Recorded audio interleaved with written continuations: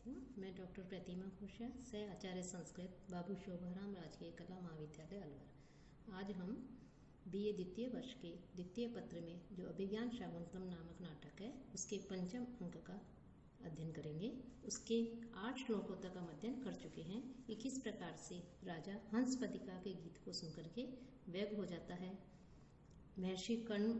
अपने शिष्यों के साथ में शारंगधर शारद्वत और जो गौतमी है उनके साथ में शकुंतला को वहाँ भेजते हैं राजा के पास में, और इसकी सूचना राजा को मिलती है। राजा उनसे अग्निशाला में मिलने के लिए कहते हैं। इसके पश्चात वैतालिक आकर के राजा का स्तुति गान करते हैं, स्तुति पाठ करते हैं, और स्तुति पाठ के पश्चात राजा वहाँ से जाता है और अग्निशाला में उनसे मिलने के लिए महर्षि कर्ण के ने जो शिष्य भेजे थे उनसे मिलने के लिए वहाँ अग्निशाला में जाता है। तब राजा अग्निशाला में पहुंचता है तो जो प्रतिहारी है वो राजा को अग्निशाला में बैठने के लिए कहती है। इसके पश्चात राजा आरोह्य परिजना स्वावलंबी तिष्ठति कि सेविका के कंधे का सहारा लेकर के राजा वहाँ पर बैठ जाता है। अग्निशाला का जो बहिर्द्वार है, जो चबूतरा बना हुआ है, उसके ऊपर जो है राजा बैठ जाता है। फिर कहता है वेत्रवती किम उद्देश्य भगवता काश्यपेन मत सकाशम ऋषि है प्रेषिता शिव कि किस उद्देश्य से भगवान कश्यप ने मेरे पास ऋषियों को भेजा होगा। किम तावत वृत्तिनाम उपोढ़ तपसाम विघ्नेहि तपोदूषितम धर्मारण्य चरेषु केनचिद उत प्राणेषु असच्चेष्टितम आहोस्वित प्रसव मम अपचरिते ही विष्णुम्बितो विरुद्धा इति आरूढ़ बहु प्रतर्कम अपरिच्छेदा आकुलम में मन है। अब राजा अनुमान लगा रहे हैं कि महर्षि कर्ण ने किस कारण से मेरे पास जो है अपने शिष्यों को भेजा है। कह रहे किम तावत, तो क्या, उपोढ़ तपसाम, अत्यधिक तप करने वाले, अत्यधिक उच्च तपस्या करने वाले, व्रतिना जो ऋषि मुनि हैं, व्रत धारण करने वाले हैं जो ऋषि मुनि हैं, उनका तप है कि जो तप है वो विघ्न ही दूषितम कि विघ्नों के कारण दूषित हो गया है, कि वो जो तपस्या कर रहे हैं उनके तपस्या में कोई विघ्न उपस्थित कर रहा है, तो उन विघ्नों के कारण उनकी तपस्या भंग हो रही है, तपस्या में विघ्न हो रहा है, बाधा आ रही है। उत अथवा धर्मारण्य चरेषु कि धर्मारण्य में, तपोवन में विचरण करने वाले जो प्राणीषु जो प्राणी हैं, उन प्राणियों के प्रति केनचित किसी के द्वारा असच्चेष्टितम कोई अनुचित चेष्टा की है। कि राजा दुष्यंत अनुमान लगा रहे हैं कि किसी ने या तो उनकी तपस्याओं में विघ्न उपस्थित किया है, और उस विघ्न को दूर करने के लिए, उस विघ्न का नाश करने के लिए महर्षि कर्ण ने यहाँ पर अपने जो शिष्य हैं उनको यहाँ पर भेजा है, या जो धर्मारण्य है, जो तपोवन है, उसमें विचरण करने वाले प्राणियों के प्रति किसी ने अशिष्ट या अनुचित आचरण किया है, चेष्टा की है, इसलिए महर्षि कर्ण ने शिष्यों को यहाँ भेजा है। आहोस्वित, फिर कह रहे हैं अथवा मम अपचरिते, अथवा मेरे किसी कुकृत्यों के कारण अज्ञानवश, कि जानबूझकर मैं, जहाँ तक मुझे ध्यान है मैंने तो इस प्रकार से कोई अनुचित आचरण नहीं किया, लेकिन अनजाने में हो सकता है कोई जो है अनुचित कार्य हो गया हो, तो उन अनुचित कारणों के कारण, अनुचित कार्यों के कारण, कुकृत्यों के कारण जो है विधाम प्रसव है विष्टम्बित है कि जो विरुद्धाम की जो लताएं आदि हैं, उन लताओं का जो प्रसव है, उन पे जो पुष्प आदि विकसित होते हैं, उन पुष्प आदि का विकसित होना, फलना फूलना विष्टम्बित है, रुक गया है। इति इस प्रकार से आरूढ़ बहु प्रतर्कम, बहुत सी आशंकाओं से व्याप्त में मन है कि जो मेरा मन है वो अपरिच्छेदा आकुलम, किसी निर्णय पर नहीं पहुंचने के कारण अत्यधिक व्याकुल है। कि राजा दुष्यंत को जैसे ही महर्षि कर्ण के द्वारा भेजे गए ऋषियों के आगमन की सूचना मिलती है, तो उनके आगमन के विविध कारणों की संभावना राजा कर रहा है, और अत्यधिक चिंतित होता हुआ राजा कह रहा है क्या अनेक प्रकार के उच्च तप करने वाले ऋषियों के जो यज्ञादि अनुष्ठान है उनमें किसी राक्षस आदि के द्वारा कोई बाधा तो उत्पन्न नहीं कर दी गई, और उन्होंने रक्षा के लिए मुझे जो है बुलाया है। अथवा क्या तपोवन में रहने वाले, तपोवन में विचरण करने वाले तपोवनवासी जीवधारियों के प्रति कोई अनुचित व्यवहार तो किसी ने नहीं किया है, हिंसा आदि का जो है वो तो किसी ने नहीं की है। अथवा कहीं अज्ञानवश मेरे द्वारा किए गए किसी कृत्य से, किसी दुराचार के कारण वन की लताओं का फलना फूलना तो नहीं रुक गया है। इस प्रकार राजा कह रहा है कि मेरे मन में अनेक प्रकार के संशय उत्पन्न हो रहे हैं और मैं किसी भी निश्चय पर नहीं पहुंच पा रहा हूं कि महर्षि कर्ण ने अपने शिष्यों को क्यों भेजा है, और इस कारण से मेरा मन भी जो है बहुत अधिक व्याकुल हो रहा है, व्यथित हो रहा है। कि धर्माण्य चरेशु, यहाँ पर जो है धर्मपद जो है, इससे ऋषियों के प्रति जो है अत्यधिक गौरव का हमें आभास होता है कि ऋषियों को गौरव में पूर्ण स्थान प्राप्त था, उनकी जो है गौरवता ध्वनित होती है। साथ ही साथ कि आहोस्वित जो कहा गया है कि अथवा हो सकता है कि विरुद्धाम की मेरे कारण से, विरुद्धाम कि वन में उत्पन्न होने वाली जो लताएं आदि हैं उनका प्रसवह विष्टम्बित है, उनका फलना फूलना रुक गया है। ये कहा जाता है कि राज्योपचारात् पृथ्वी स्वल्प सस्या भवेत् किल अल्पायुषः प्रजाः सर्वा दरिद्रा व्याधि पीड़िता।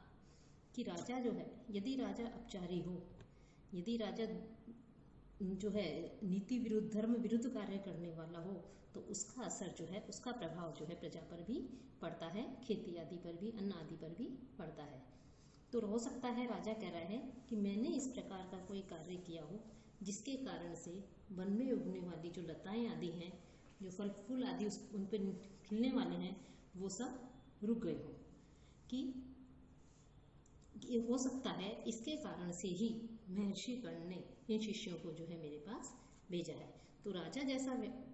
व्यवहार करता है, उस राजा का उसके व्यवहार का प्रभाव जो है हर जगह स्पष्ट रूप से दिखाई देता है कि कहीं मेरे अज्ञात बुरे कर्मों के परिणाम से तो लता पुष्प आदि का फलना फूलना तो नहीं रुक गया है। इस प्रकार भी राजा मन में संदेह करता है। इसमें काव्यलिंग अलंकार जो है इसका प्रयोग किया गया है, और ये इस श्लोक के माध्यम से राजा ने अपने मन की जो आशंका है, अपने मन में जो उसकी शंका उठ रही है कि किस कारण से उनको भेजा होगा, उसका वर्णन किया गया है और शार्दूल विक्रम जो छंद है उसका इसमें प्रयोग किया गया है। तब राजा की इस बात को सुन करके प्रतिहारी कहती है, सुचरित नंदिन ऋषियो देवम संभाजयितुम आगता इति तर्कयामि। कि मेरा मानना है कि आपके सुचरित से प्रसन्न हुए, सुचरित आपके सच्चरित से प्रसन्न होकर के जो ऋषिजन है वो महाराज को सभाजयितुम आगता इति तर्कयामि, कि आपको जो है अभिनंदित करने के लिए आ रहे हैं, कि आपका सम्मान करने के लिए, आपका अभिनंदन करने के लिए आ रहे हैं। प्रतिहारी कहती है कि मुझे तो लगता है कि आपके कार्य से प्रसन्न होकर के, आपके यश से प्रसन्न होकर के जो महर्षि हैं उन्होंने इन ऋषियों को भेजा है और आपका अभिनंदन करने के लिए ये आ रहे हैं। ततः प्रवेशन्ति, इसके पश्चात प्रवेश करते हैं गौतमी के साथ में शकुंतलाम पुरस्कृत्य मुनि है। शकुंतला को आगे करके जो मुनि हैं, जो तपस्वी हैं, शारंग्रव, शारद्वत और वो पुरोहितश्चैषां कंचुकी पुरोहितश्च, और इनके आगे कंचुकी और पुरोहित जो है वहाँ पर अग्निशाला में प्रवेश करते हैं। कंचुकी कहता है इतना इतो भवंत है, आप लोग इधर आइए, इधर आइए। शारंग्रव कहता है शारद्वत से कि हे शारद्वत, महाभाग्य है कामम नरपति अभिन्न स्थिति असौ न कश्चिद वर्णानाम अपथम अपकृष्टो अपि भजते तथापि इदम शश्वत परिचित विविक्तेन मनसा जनाकीर्णम मन्ये हुत वह परितम गृहमेव। कि कह रहे कामम की भले ही, अभिन्न स्थिति की मर्यादा को नहीं तोड़ने वाला, कि भले ही जो लोक मर्यादा है उस लोक मर्यादा को नहीं तोड़ने वाला, मर्यादा का पालन करने वाले मर्यादा पालक असौ नरपति, यह जो राजा है, यह राजा दुष्यंत महाभाग है, अत्यधिक भाग्यशाली है, यशस्वी है, वर्णानाम अपकृष्ट है, कि ब्राह्मण आदि जो वर्ण हैं उनमें अपकृष्ट है, अपि जो निकृष्ट वर्ण है, कि जो चारों वर्ण की व्यवस्था जो हमारी संस्कृति में की गई है, ब्राह्मण, क्षत्रिय, वैश्य, शूद्र, तो ब्राह्मण आदि वर्णों में सबसे निम्न जो शूद्र वर्ण है, अंतिम वर्ण जो है, वो भी कश्चित अपथम न भुजते, किसी कुमार को नहीं अपनाता है, कुमार को ग्रहण नहीं करता है। तथापि लेकिन फिर भी इदम जनाकीर्णम, फिर भी ये जो भीड़ भाड़ से युक्त जो ये राजभवन है, स्थान है, यह शाश्वत परिचित विविक्तेन, निरंतर परिचित अभ्यस्त होने के कारण, किसका विविक्तेन, एकांत का, कि निरंतर एकांत में रहने के कारण हम एक आश्रम में रहते हैं, तपोवन में रहते हैं, और वो शहर राज्यों से दूर, नगर से दूर, ग्राम से दूर जो है एकांत स्थान में होते हैं। तो निरंतर एकांतवास से अभ्यस्त मनसा, मेरा मन इस समय कैसा हो रहा है अपने मन से, मैं इस राजभवन को कैसा मान रहा हूँ, हुतवह परितम, अग्नि से घिरे हुए, गृहम, घर के समान जो है मन्ये, मैं मान रहा हूँ कि जैसे अग्नि है, उस अग्नि से घिरा हुआ जो घर होता है और उस घर में नहीं रह जाता, उसी प्रकार से जो है व्यक्ति जो अत्यधिक व्यथित हो जाता है, वहाँ से लगता है कि हम तुरंत यहाँ से चले जाएं। वैसे ही शारंगराव भी कहता है, जब राजभवन में प्रवेश करता है तो उसे वहाँ काफ़ी भीड़ भाड़ दिखाई देती है, और वो तपोवन में, आश्रम में रहने का, एकांत में रहने के अभ्यस्त है। तो उस भीड़ भाड़ को, लोगों के आवागमन को, उनको देख करके कहता है, शारदत्त से कहता है कि यह राजा दुष्यंत भले ही कितना मर्यादाशील हो, लोक मर्यादा का उल्लंघन नहीं करने वाला है, यह अत्यधिक सौभाग्यशाली है, और साथ ही साथ इसके राज्य में जो निम्न वर्ण है वो भी जो है दुराचरण में प्रवृत्त नहीं है, वो भी कुमारगामी नहीं है, तो उच्च वर्ण की तो बात ही क्या। अर्थात यह राजा पूर्णतः धार्मिक प्रवृत्ति का है, मर्यादा पालक है एवं न्यायप्रिय है। लेकिन फिर भी राजभवन में इतने लोगों की भीड़ देख करके मैं एकांत में रहने का अभ्यस्त जो मेरा मन है वो अशांत और अग्नि की ज्वालाओं से घिरा हुआ सा लग रहा है, उसका सा मैं महसूस कर रहा हूँ कि जिस प्रकार से अग्नि से घिरे हुए घर में नहीं रह जाता क्योंकि उसमें जलने का डर रहता है, उसी प्रकार राजभवन में भी रहना हमारे लिए अनुचित है, और यहाँ पर रह करके जो मैं अत्यधिक व्यतीत हो रहा हूँ। पर यहाँ पर इसके द्वारा ये संकेत भी दे, अग्नि के द्वारा ये सूचना भी दे दी कि शकुंतला जो है उसके भावी जीवन में कुछ अमंगल होने वाला है। इसकी माध्यम से, अग्नि के माध्यम से जो कवि हैं उन्होंने ये सूचना भी दे दी गई है। इसमें जो शिखरणी छंद है उस छंद का प्रयोग किया गया है। शारदत्त कहता है, स्थाने भवान पूर्व प्रवेशात इत्थम भूत है समृद्ध है, कि स्थाने भवात, कि यह उचित ही है कि नगर में प्रविष्ट होने पर, पूर्व प्रवेशात, कि आप नगर में प्रविष्ट होने से के कारण इस प्रकार से इत्थम भूत है समृद्ध है, इस प्रकार से उद्विग्न हो गए हैं कि हम जो है तपोवन में रहने वाले हैं, आश्रम में रहने वाले हैं, एकांत प्रिय हैं। तो एकांत व्यास में रहने वाले एकांतवासी व्यक्ति को यदि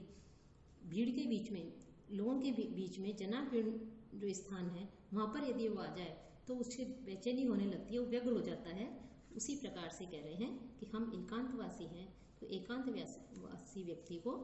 लोगों की भीड़ भाड़ देख करके जो है इस प्रकार से लग रहा है। फिर कह रहे हैं, अहमपि, मैं भी, अभ्यक्तम मिव स्नातः शुचि अशुचिमिव प्रबुद्ध इव सुप्तम, बद्धम इव स्वैरेहि गति जन्म इह सुख संगीनम अवेहि। अब शारदत्त कह रहा है कि मुझे भी कुछ कुछ ऐसा ही लग रहा है कि कैसे, कि यह कि इस राजभवन में सुख संगीनम, सांसारिक सुख जो भोग हैं, सुखोपभोग हैं, उनमें आसक्त जन्म जो व्यक्ति होता है, उस व्यक्ति को स्नातः अभ्यक्तम, स्नान किए हुए व्यक्ति के समान, शुचि ही, जो पवित्र व्यक्ति है उसको मैं अशुचि में, अपवित्र व्यक्ति के समान, प्रबुद्ध है, जागे हुए व्यक्ति को सुप्तम, सोए हुए व्यक्ति के समान, स्वैरेहि गति, और स्वच्छंद विचरण करने वाले व्यक्ति को बद्धम, बंधे हुए के समान जो है मैं अवेमी समझ रहा हूँ, मैं उसको ऐसा मान रहा हूँ। अर्थात सांसारिक सुख, उपभोग, ऐश्वर्य, लोगों से घिरे हुए उस राजभवन को देख करके, ऐश्वर्य आदि के प्रति आसक्त लोगों से घिरे हुए इस राजभवन को देख करके, शारंगराव का कथन सुनकर के शारदत्त कहता है कि मैं भी इन लोगों को उसी प्रकार देख रहा हूँ जिस प्रकार से कोई नहाया हुआ व्यक्ति किसी तेल लगाए हुए व्यक्ति को देखता है,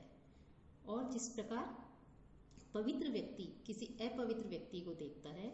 जागा हुआ व्यक्ति सोए हुए को देखता है, और स्वतंत्र विचरण करने वाला व्यक्ति किसी बंधे हुए व्यक्ति को देखता है। कि शारदत्त के इस कथन का तात्पर्य यह है कि राजभवन के लोग अव्यक्त, अपवित्र, प्रसुप्त एवं आबद्ध तथा आसक्त होने से कर्तव्य अकर्तव्य जो है उससे एक तरह से इस प्रकार से रहित मुझे लग रहा है कि शारदोत के इस कथन से साथ ही साथ शारदोत ने जो कहा है इससे भी जो है शकुंतला के लिए अमंगल की सूचना मिल रही है कि उसके भावी जीवन में कोई अमंगल होने वाला है। तो और यहाँ पर देखते हम कि शारंगराव की अपेक्षा शारदोत जो है वो अधिक जो है गंभीर स्वभाव वाला माना गया है कि शारंगराव जनाकीर्ण राजभवन को देखकर एकांत स्थान पर जाना चाहता है, लेकिन जो शारदोत है वो राजभवन के जो लोग हैं उन लोगों के अंदर की जो कमजोरियां हैं उनका पता लगाने का प्रयत्न करता है, लगा लेता है, और उसके हृदय में करुणा का भाव भी विद्यमान रहता है। तो इस प्रकार से यहाँ पर शारंगराव और शारदत्त ये दोनों ही एक तरह से राजभवन को देख करके, क्योंकि ये एकांत प्रिय हैं, आश्रम में रहने वाले हैं और राजभवन में आकर के ये ज्ञान वैराग्य की अवस्था में रहने वाले हैं, तो यहाँ पर आकर के जो है अत्यधिक उद्विग्न हो जाते हैं। शकुंतला निमित्तम सूचयित्वा, अब इसके पश्चात शकुंतला है उससे कुछ अपशकुन होता है, उसका अभिनय करके अहो किम में वामे तरम नयनम विस्फुरति, कि मेरी जो दाहिनी आंख है वाम इतरम यानी बाएं से दूसरी दाई जो आंख है वो क्यों फड़क रही है, कि बाई जो आंख है उसका फड़कना अत्यधिक, दाई आंख का फड़कना अत्यधिक जो है अमंगलकारी माना जाता है, अशुभ सूचना ये मानी जाती है। तो शकुंतला और शारंगराव, शारदत्त और गोपनी जैसे ही वहाँ दुष्यंत के वहाँ अग्निशाला जो है वहाँ पर प्रवेश करते हैं और शकुंतला की जो दाहिनी आंख है वो फड़कने लगती है, तो ये अमंगल का सूचक है। तो गौतमी कहती है जाते पुत्री प्रतिहत अमंगलम, कि जो अमंगल है उसका विनाश हो। सुखानी ते भर्तृकुल देवता वितरंतु, कि जो तुम्हारे पति ग्रह के देवता हैं वो तुम्हें सुख प्रदान करें, कि तुम्हारे जो कुल देवता हैं वो तुम्हारे लिए सुख प्रदान करें, ऐसा कहके घूमती है। पुरोहित है राजा न निर्दिश्य, राजा को देख करके भो भो तपस्वी ने, कि हे तपस्वियों असौ अत्र भवान वर्णाश्रमाणाम रक्षिता प्रागेव मुक्तासनो वह प्रतिपालयति, कि हे तपस्वियों चारों वर्णों के और आश्रमों की रक्षा करने वाले सम्माननीय जो महाराज दुष्यंत है वो आसन से उठ करके, मुक्त आसनों आसन से उठ करके वह प्रतिपालयति आप लोगों की प्रतीक्षा कर रहे हैं, पश्यतेन तो आप लोग इनसे मिलिए, इन्हें इनके दर्शन कीजिए। शारंगराव कहता है भो महाब्राह्मण, कि हे शेष ब्राह्मण कामम एतत् अभिनंदनीयम तथापि वयम अत्र मध्यस्था, कि भले ही यह शिष्टाचार जो है कि कोई अतिथि आता है तो उठ करके उसका स्वागत करना, तो भले ही यह शिष्टाचार का प्रदर्शन जो है वो अभिनंदनीय हो, प्रशंसनीय हो, लेकिन फिर भी वयम अत्र मध्यस्थ, हम लोग इस विषय में क्या रहते हैं, उदासीन ही रहते हैं, कि हम तपस्वी जन हैं, हम ऋषि जन हैं, हम आश्रम में रहने वाले हैं, हम सुख दुख मान सम्मान इन सब से जो है दूर रहने वाले हैं, इनसे विरक्त रहने वाले हैं। तो फिर कहते हैं होता है क्योंकि भवंती नम्राः तरवः फलागमे ही नव अम्बुभिः दूर विलंबिनो घनाः अनुद्धृतः सत्पुरुषः समृद्धि भी स्वभाव एवेश परोपकारिणाम, कि जो परोपकारी व्यक्ति होते हैं, परोपकार करने वाले होते हैं, उनका क्या स्वभाव होता है। ये इम्पोर्टेंट श्लोक है, महत्वपूर्ण श्लोक है परीक्षा की दृष्टि से। कि तरवः है कि जो वृक्ष है, फलागमे ही फलों के आने पर, नम्राः भवंती स्वतः ही नीचे की ओर झुक जाते हैं, घनाः जो बादल है वो नव अम्बुभी नवीन जल से परिपूर्ण होने पर, दूर विलंबिनो नीचे की ओर लटक जाते हैं तथा वर्षा करते हैं। सत्पुरुषः और जो सज्जन पुरुष हैं वो लोग भी समृद्धि भी संपत्तियों से युक्त होने पर, ऐश्वर्यवान होने पर, ऐश्वर्य से युक्त होने पर क्या होते हैं, अनुग्धता अत्यधिक विनम्र स्वभाव वाले बने रहते हैं, विनयशीलता का गुण जो है वो अपनाते रहते हैं। एष है यह जो है किसका स्वभाव है, परोपकारिणाम स्वभाव, यह परोपकारियों का स्वभाव होता है। कि जो परोपकार करने वाले होते हैं उनका क्या स्वभाव होते हैं, कि वो स्वभाव से ही विनय प्रधान होते हैं, उन्हें किसी प्रकार के जो है विनयशीलता है उसको छोड़ने की आवश्यकता नहीं होती, या विनम्रता को का प्रदर्शन करने की भी आवश्यकता नहीं होती। उनका विनयशीलता का गुण स्वभावतः ही होता है और प्रत्यक्ष दिखाई देता है कि सज्जन व्यक्ति वैभव संपन्न होने पर भी विनीत बने रहते हैं, कि जैसे वृक्ष आदि हैं, जब वृक्ष फलों से लग जाते हैं, उन पर फल फूल आदि आ जाते हैं, तो स्वतः ही वो नीचे की ओर झुक जाते हैं ताकि सभी लोग जो है उनके फल को ग्रहण कर सके। और नवीन जल से परिपूर्ण जो बादल हैं वो धरती की ओर आ जाते हैं और अत्यधिक वर्षा आदि के द्वारा प्रजा को संतुष्ट करते हैं। और धन संपत्ति आने पर सत्पुरुष स्वभाव जो व्यक्ति होते हैं वो स्वभावतः अत्यधिक विनम्र होते हैं। यह परोपकारियों का स्वभाव ही होता है। तो राजा भी हमारे प्रति जो शिष्टाचार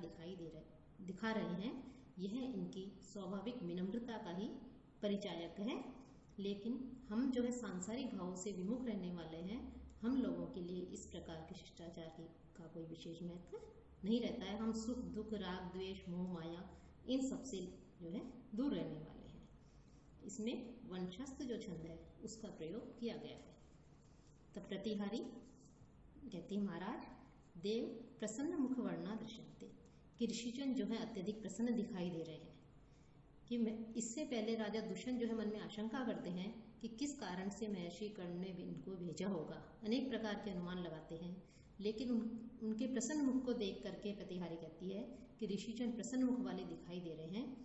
तो इसलिए मुझे तो लगता है कि जानामि विश्रद्ध कार्य ऋषि, कि ये किसी शुभ कार्य के लिए, अच्छे कार्य के लिए आए हैं। राजा शकुंतला दृष्टवा, शकुंतला को देख करके, अत्र भवती, और यह स्त्री, हम इसके लिए कह रहे हैं कैसी है शकुंतला, कास्विद अवगुंठ नवती नाति अपरिस्फुट शरीर लावण्या मध्य तपोधना किसलयमिव पांडुपत्राणा। अब शकुंतला को देख करके राजा जो है, शकुंतला ने अपने शिष्टाचार के अनुरूप अपने सिर के ऊपर जो है घूंघट डाल रखा है और गौतमी आदि उनके साथ है। उस समय उसे देख करके राजा प्रतिहारी से कहता है कि इस स्त्री ने अपने ऊपर जो है अंगुंठन कर रखा है, अर्थात घूंघट लगा रखा है। इसका सौंदर्य एकदम से स्पष्ट तो नहीं प्रतीत हो रहा, लेकिन फिर भी इन तपस्वियों के मध्य में यह अर्थात पीले पत्तों के मध्य, जैसे जो नवीन जो पुष्प होता है, किसले होता है, नवीन जो पत्ता होता है किसले, उस कुछ रक्त वर्ण का, उसके समान ये जो है शोभायमान हो रही है। तो यह कोमलांगी कौन है? कि पांडु पत्राणाम मध्य, कि जो पीले पत्ते हैं उन पीले पत्तों के बीच किसलयम इव, किसलय के समान, नवीन जो कोपल होती है उस कोपल के समान, तपोधनाना, कि जो दो तपस्वी हैं ये पीले पत्तों के समान है। तो इन दो तपस्वियों के बीच में अवगुंठनवती, कि जिसने घूंघट डाल रखा है, ऐसी ना अति परिस्फुट शरीर लावण्य, और घूंघट के कारण जिसके शरीर का सौंदर्य जो है वो अत्यधिक स्पष्ट या प्रकट नहीं हो रहा है, ऐसी कास्विक, ऐसी यह स्त्री कौन है? कि इस शकुंतला ने जो है राजभवन में जाते समय शकुंतला ने शिष्टाचार के अनुरूप अपने सर को ढक रखा है और उसका जो सौंदर्य, उसका जो मुख है वो राजा को दिखाई नहीं दे रहा, क्योंकि अवगुंठन से उसने अपने मुख को ढका हुआ है, आवृत कर रखा है। पीले पत्तों के मध्य में जिस प्रकार नवीन कोपल होती है वो शोभायमान होता है नवीन कोपल, उसी प्रकार से ये जो तपस्वी जन है,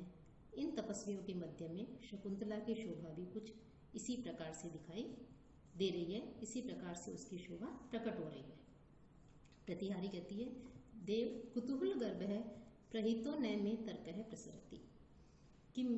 मेरे मन में भी जिज्ञासा हो रही है कि तपस्वी आए हैं, लेकिन उनके साथ में ये स्त्री कौन है, और मैं भी मैं कुछ भी अनुमान नहीं लगा पा रहा हूँ, मेरे तर्क से भी मैं कुछ निश्चय नहीं कर पा रहा हूँ, और मुझे भी जिज्ञासा हो रही है कि ये कौन है। ननु दर्शनीय पुनः अस्या आकृति लक्ष्यते, लेकिन इसकी जो आकृति है, जो नारी जो स्त्री है साथ में, इसकी आकृति अत्यधिक मनोहर प्रतीत हो रही है। फिर राजा कहता है, बहुतु अच्छा अनिवर्ण्यम पर कलत्रम, कि पराई स्त्री को इस प्रकार से नहीं देखना चाहिए, पराई स्त्री के ऊपर जो है दृष्टि नहीं डालनी चाहिए। कि राजा एक शकुंतला की तरफ देखता है, उसने अंगूठन अर्थात घूंघट डाल रखा है और उसका सौंदर्य स्पष्ट रूप से दिखाई नहीं दे रहा, लेकिन राजा उसके सौंदर्य को जो है उसके समान, नवीन किसले के समान बताता है, और बाद में कहता है कि पर स्त्री जो है उस परिस्त्री के ऊपर दृष्टि नहीं डालनी चाहिए कि पराई स्त्री को ध्यान से देखना उचित नहीं है। फिर शकुंतला हस्तम उर्सी कृत्वा, अपने हृदय पर हाथ रख करके आत्मगतम मन ही मन में, हृदय किम किम एवं वेपसी, कि तुम इस तरह से क्यों कांप रहे हो। आर्य पुत्र से भावम अवधार्य धीरम तावत भाव, कि आर्य पुत्र के इस अटूट प्रेम भाव का स्मरण करके थोड़ा धैर्य धारण करो, कि आर्य पुत्र के हृदय में जो तुम्हारे प्रति जो प्रेम की भावना है उसको समझ करके थोड़ा धैर्यवान हो जाओ, कि कुछ समय की बात है, फिर तुम्हारा और राजा जो दुष्यंत है उससे मिलन हो जाएगा, कि तुम्हारा अपने पति से मिलन हो जाएगा, तो कुछ समय के लिए धैर्य धारण करो। पुरोहित पुरोकृत्वा, आगे बढ़ करके, एते विधिवत अर्चितः तपस्विनः, इन तपस्वियों का विधि पूर्वक आदर सत्कार, ऋषियों के अनुरूप जो आदर सत्कार है वो किया जा चुका है। कश्चित् देशां उपाध्याय संदेश है, इनके पास गुरु का कोई संदेश है। तम देवः श्रोतुम अर्हति, उस संदेश को आप सुनने की कृपा करें। राजा कहता है अभी तो अस्मि, कि मैं तैयार हूँ, आप जो है उसको जो संदेश उन्होंने भेजा है मैं सावधान होकर के उसे सुन रहा हूँ, आप सुनाएं, मैं सावधान हूँ। ऋषि हस्तान उद्यम में, दोनों हाथों को उठा करके, विजय सुराजा, महाराज की विजय हो, महाराज विजयी हो। राजा कहता है सर्वान अभिवादय, कि मैं भी आप सबको प्रणाम करता हूँ। ऋषि कहते हैं इष्टेन युज्यस्व, आप जिस वस्तु की इच्छा रखते हैं अभिष्ट वस्तु की प्राप्ति आपको हो, आप अभिष्ट वस्तु प्राप्त करें। फिर राजा कहता है अपि निर्विघ्न तपसो मुनिय है, क्या महर्षि गण जो है उनकी तपस्या निर्विघ्न रूप से चल रही है। फिर ऋषि कहते हैं कुतो धर्म क्रिया विघ्न है सताम रक्षितरित्वयि तमह तप्ति धर्मांशो कथम आविर्भविष्यति, कि रक्षितरित्वयि, कि रक्षा करने वाले आपके रहने पर, सताम जो सज्जन जो लोग हैं, तपस्वी जन लोग हैं, उनके धर्म क्रिया विघ्न है, धार्मिक क्रिया जो है उन धार्मिक क्रियाओं में विघ्न कुतः है, कहाँ से हो सकता है। घर्मांशों तप्ति, कि सूर्य के तपते रहने पर, तमह कि जो अंधकार है वो कथम आविर्भविष्यति, कैसे प्रकट हो सकता है, कि किस प्रकार से सूर्य के प्रकट होने पर अंधकार कैसे रह सकता है, अर्थात अंधकार दूर हो जाता है।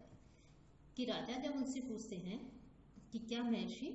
कुशल पूर्वक हैं, आप लोगों की तपस्या आदि निर्विघ्न रूप से चल रही है, तब उसका उत्तर देते हुए ऋषिजन कहते हैं कि आकाश में जब तक सूर्य तपता रहता है तब तक अंधकार नहीं हो सकता। इसी प्रकार जब तक आप जैसे तपस्वियों के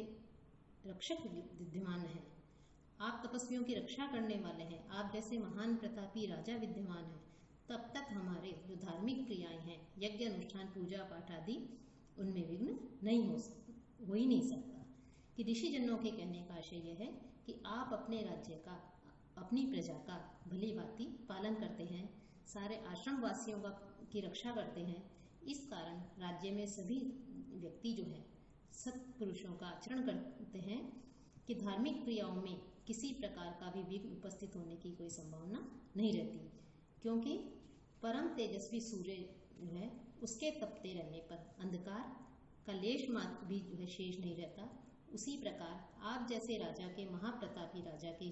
इस पद पर स्थित होने पर हमारे जो यज्ञ आदि कार्य हैं उनमें किसी प्रकार का कोई विघ्न उपस्थित नहीं हो सकता। तो इस प्रकार से वो राजा के लिए